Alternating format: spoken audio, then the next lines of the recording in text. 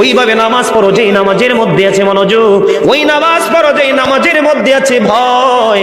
তুমি নামাজটা পড়তে হবে এমন ভাবে বন্ধু, একজন নামাজে দাঁড়ালেন, বন্ধুরে আমার নামাজে যখন তিনি দাঁড়ানোর পরে তিনি বলতেছেন আমি নামাজটা এমন ভাবে পড়তে চাই। কিভাবে পড়ি?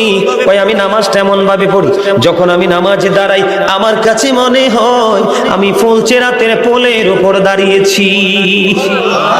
একটু যদি নড়বড় হয় আমি জাহান্নামে নিক্ষিপ্ত হব। তার মানে হলো আমি এতটাই মনোযোগের সাথে নামাজ পড়েছি যেন আমার নামাজটা বিন্দু পরিমাণ কোনো আংশিকভাবে যেন অগ্রহণযোগ্য বলে আল্লাহর কাছে গৃহীত না হয়।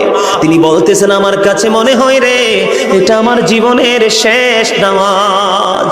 আমি এতটা ভয়, এতটা আতঙ্ক নিয়ে, এতটা তাকওয়া নিয়ে নামাজ পড়ি, আমার কাছে মনে হয় আমার পিছনে যেন আজরাইল দাঁড়িয়ে আছে, ডানে বামে সালাম ফিরাতে দেরি রে, আমার কাছে মনে হয় আমার প্রাণ পাখিটা কেড়ে নিয়ে যাবে। আমি যখন নামাজে দাঁড়াই আমার কাছে মনে হয় আমি যেন বাইতুল্লাহর সামনে দাঁড়িয়ে আছি, আমার কাছে মনে হয় আমার ডান দিকে জান্নাত।